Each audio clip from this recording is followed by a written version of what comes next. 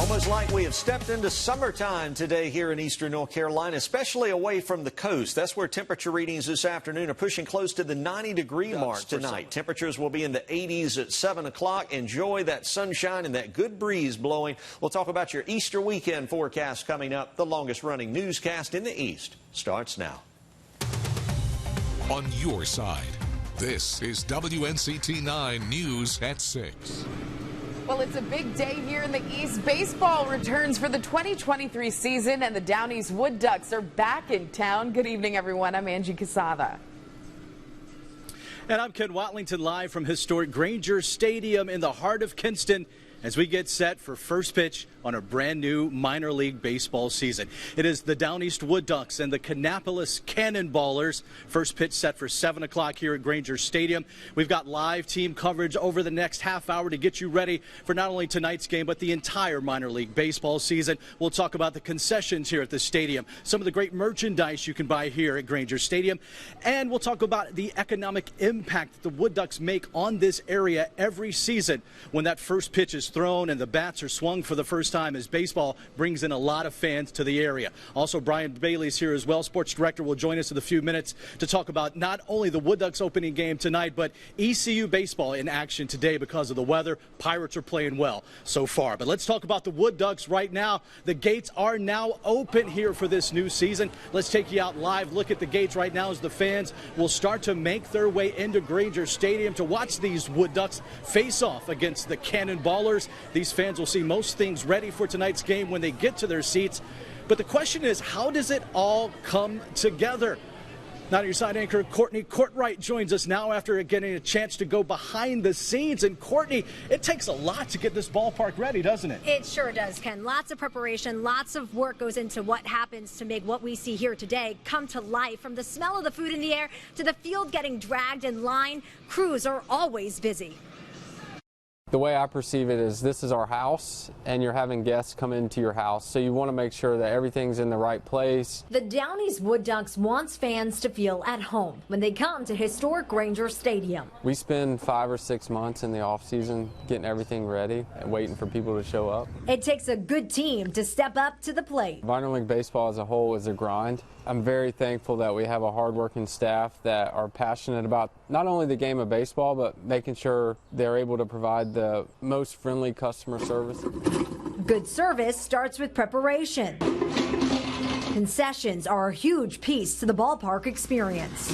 At least 3 months of preparation, because you have to develop all the relationships with the vendors who we get the food from, and then figure out when we're going to start receiving food, what we need to have, make all the menus. From box seats to the batter's box, it takes months to get the field game ready, including for league changes, like bigger bases. He was putting anchors in for the new bases so they would fit properly. All the measurements were to the exact inch. That's just some of the things that needs to get done before they play ball. It's like Christmas morning. You walk down the stairs and you see everything out. It's like, all right, we did it. You know, they're here, they're putting on their uniforms, they're excited about all the different logos, and it's a happy moment overall, especially when they take the diamond. And it is here. If you want to see all the results of their hard work, let's talk about tickets. All you have to do is visit the Down East Wood Ducks website for more information about those. It really is a year-round process to make this all get together. Cool stuff. The day is here. Courtney, thank you. Let's move on and continue with our team coverage here at Granger Stadium tonight. You know, rooting for the home team means repping those jerseys and those hats, like, of course, the one I've got on here tonight. Not on your side, Sarah Gray-Barr. She checked out the Down East Wood Ducks team store for us today. She joins us now live from the other side of Granger Stadium with the Game Day Fashion 411. Sarah Gray. Pen, hats, jerseys, baseball bats, mini baseballs, even dog collars, you name it, they've got it at the team store. When I spoke to people at the team store, they say they're bringing in new items this season. The team store is hoping to sell around $3,000 worth of merchandise for the opening game. The team store says it has something for everyone and is even bringing back some classic jerseys and retro brand shirts. We hadn't had that here since the first year, so I tried to bring that back because everybody seems to like those shirts. We've got some Champion sweatshirts since those are coming back, and then Nike gear, things like that. We also asked if the baseball players themselves shop at the team store. They do, and their favorite item is the socks.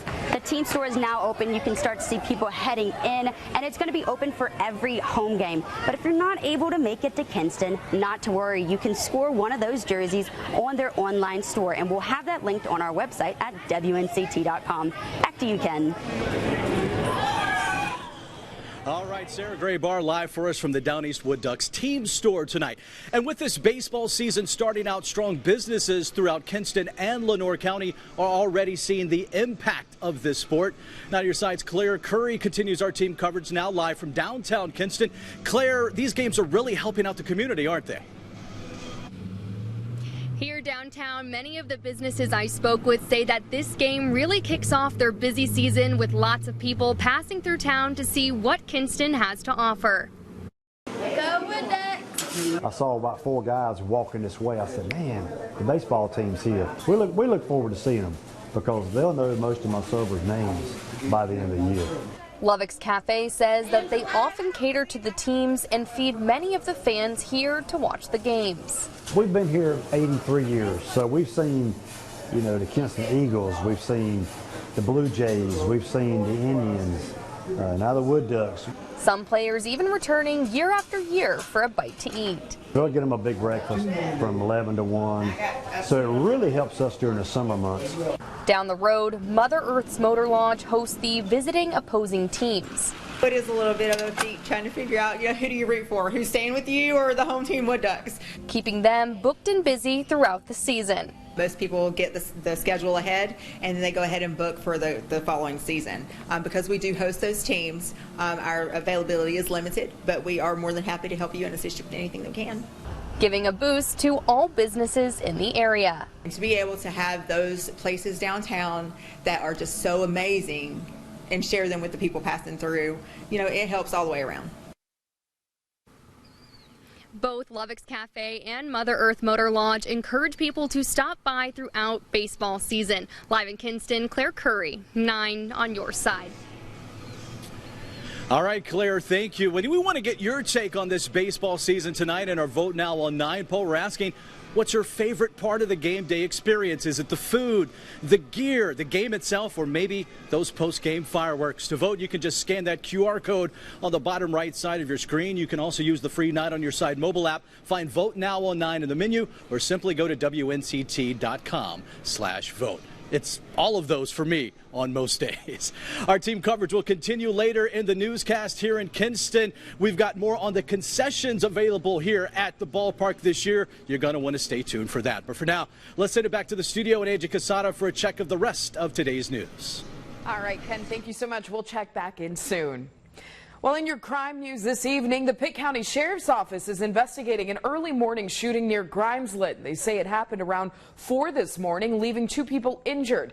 9 on your side's Abigail Velez joins us now in studio. And Abigail, what additional information do you have for us? Angie, the people I spoke with are completely shocked. They say that things like this don't happen often in their neighborhood. The Pitt County Sheriff's Office say they responded to the area of North Carolina Highway 33 East and Langley Drive, and when they arrived, they found an adult and a juvenile shot. They say both were taken to ECU Health. I visited the area of the shooting and spoke to a local community store worker, and they say this shooting really shakes up the area. So I'm over to work this morning and seen a bunch of sheriffs, Pitt County sheriffs in the area. I've been here 7-8 years at the least, and we usually don't have any problems in the Grimeslet community. Not used to it, so this neighborhood and community is pretty good. Nice, safe, quiet. Right now, officials are not releasing any information on those injured or their conditions. Pitt County Sheriff's Office say this is an ongoing investigation, and anyone with information regarding the shooting should contact the Pitt Greenville Crime Stoppers. In studio, Abigail Velez, 9 on your side. All right, Abigail, thank you. In Beaufort County, the Sheriff's Office is investigating a shooting that injured 1 person. They say it happened late Wednesday night on Gray Road in Chocowinity. Deputies say they found that person shot, and that individual is expected to recover. Sheriffs are also releasing a picture of the possible suspect. That picture is over on WNCT.com. Still ahead on WNCT 9 News at 6, an inclusive baseball field could be coming to a city near you. What's making Inspiration Field so unique? And summer-like temperatures today, but we'll get some thunderstorms later tonight and some chilly weather for Easter. We'll talk about all the up and down changes coming up next. Now, it's your forecast first from Storm Team 9. Outside today, temperature readings were, I guess you could call it comfortably cool out there. Take a look at the current numbers that we have. We have a lot of 60s. That's why Storm Team 9 Weather Alert Day will be in effect. We'll talk about that, some drier weather for Saturday, and another round of storms for Sunday coming up. The longest running newscast in the East starts now. On your side, this is WNCT 9 News at 6. It is now day 9 of the wildfire burning in the Croatan National Forest. Good evening, everyone, and thanks for joining us. I'm Ken Watlington. Angie Casada has the evening off. Let's take a look at how we got to day 9. Officials say the fire started last Wednesday, and by Friday morning, the fire grew to over 7,000 acres. But by that afternoon, the fire would actually grow to around 35,000 acres and only 10% containment. And as that fire grew, so did the smoke plume. Shortly after lunch Friday, smoke could be seen all across the east, from New Bern up to north to Greenville, Williamston, and even Washington. Some across the east calling it a large orange cloud. Fast forward through the weekend, storms and the continuing efforts from crews on the ground would help contain the fire a little bit. It would decrease in size to just over 32,000 acres, and it would be 30% contained. It still, though, remains at those numbers at last check. And let's take a look at the current smoke map. The good thing is there is no smoke showing up like it did almost a week ago. But you see the area in red representing the over 32,000 acres burned. To put it into perspective, the gray area on the right is Marine Corps Air Station Cherry Point. The fire is nearly triple the size of the base. And this brings us to today. Officials with the U.S. Forest Service are now saying they believe the fire was possibly set by a person. This is one of the topics the U.S. and state forest services are discussing right now at a public meeting. Let's take a live look inside that meeting. It's happening at Creekside Elementary School in New Bern. Lee Williams with the U.S. Forest Service says the fire is just 2 miles away from the nearest communities. He's hoping tonight's meeting will ease some concerns and answer any questions residents in the area may have. Williams say the meeting will also discuss a plan of action to keep everyone safe if the fire were to spread.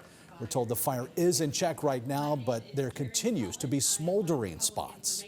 We're working to alleviate those and build basically a box around the fire so that it does not spread any further, and we can protect all of the communities as well as the forest lands that surround the fire.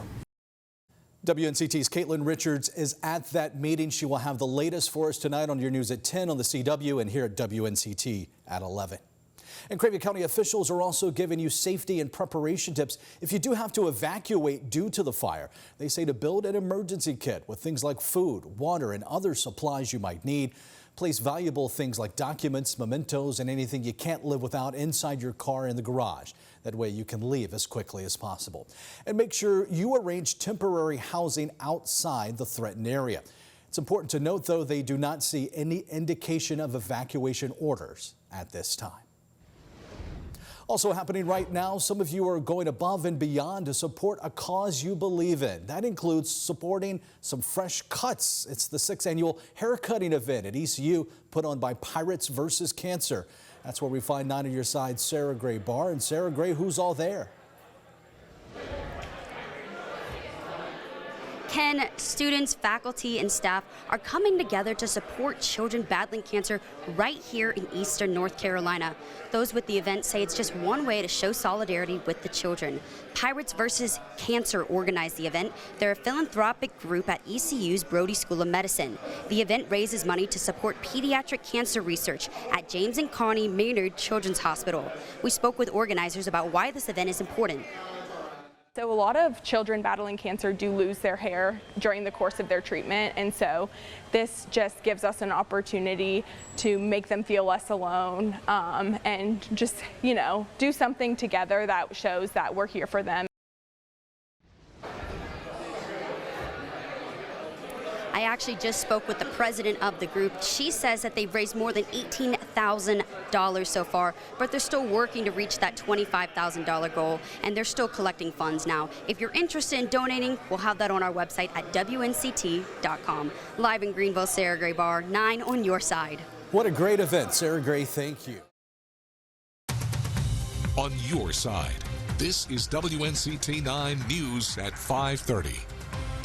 Good evening, everybody, and thank you for joining us. I'm meteorologist Max Claypool, filling in for Jerry Jackson. Well, it's turned into we have a summer-like forecast to talk about coming up, but first, the longest running newscast in the East starts now. Coming up at 5:30, lawmakers have passed the debt ceiling deal. President Joe Biden is set to speak on this tonight, what he's expected to say as the bill sits on his desk. Plus, a soccer tournament in our state is forced to stop a game and cancel another.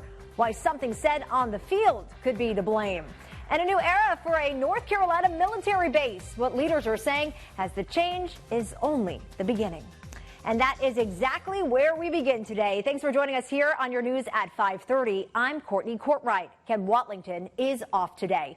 Big changes are happening today over in Cumberland County. Fort Bragg, home of the 82nd Airborne Division and named after a Confederate soldier, is getting a new name. That new name change is now being put all over the base. And as you see the new sign right here, it does have it in bold letters. Fort Liberty. Army leaders tell Justin Moore while the name has changed, the mission marches on. A patriotic ceremony that will be forever etched in U.S. history. Firing of the cannons and casing of the Fort Bragg flag marked the end of an era and the birth of Fort Liberty. This is Fort Liberty. You're looking at it. Lieutenant General Christopher Donahue is now first commander for Fort Liberty and the last commander for Fort Bragg. He says the Army is renaming 9 military installations with Confederate names. This woman, Patty Elliott, a Gold Star mom, suggested the name Fort Liberty. I felt that it was important to do something that honored every single one of the thousands and thousands of soldiers who have come through Fort Bragg before and who are yet to come. While the name may be different, Lieutenant General Donahue says the mission will remain the same: to fight and sacrifice for liberty for all. We do war fighting and we take care of our people. That's what Fort Liberty is. Always has been, always will be. And that was Justin Moore reporting. Now let's take a look at how we got to the name Fort Liberty. The Army established Camp Bragg on September 4th, 1918 as a year-round training site. In 1922, Camp Bragg became Fort Bragg, adding parade grounds, more training facilities, and also athletic facilities. By mid-1943, airborne training at Fort Bragg exceeded 100,000 personnel. Now, as Fort Liberty, it's the home of the Airborne and Special Operations with around 57,000 military personnel, 11,000 civilian employees. It is also one of the largest military complexes in the world. And when it's all said and done, renaming Fort Bragg to Fort Liberty will cost more than $6 million. That's from a report released by the National Renaming Commission. The commission was mandated by the National Defense Authorization Act in 2021 to identify assets that commemorate the Confederacy. Fort Liberty has the distinction of being the only military installation not to be named after a specific person. Now, quick hits of the day's other news. We're learning new details about what led up to this plane crash in York County last month. The NTSB released a first report saying the pilot got through pre-flight checks with no issues, but started experiencing problems when he got up to 2,000 feet. The original plan was to land in an open field with a golf course nearby, but the pilot realized he couldn't make it that far. The airplane touched down in shallow water in the Catawba River and flipped over. The pilot and his passenger weren't seriously hurt.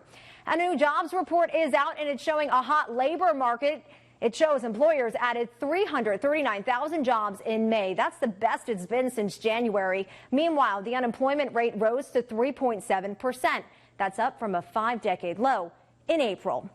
And U.S. senators are trying to halt President Joe Biden's student debt forgiveness plan. They passed a measure that overturns the program that would give 40 million borrowers up to $20,000 in loan forgiveness. The White House has made it clear a veto is coming. The president's proposal is still on hold.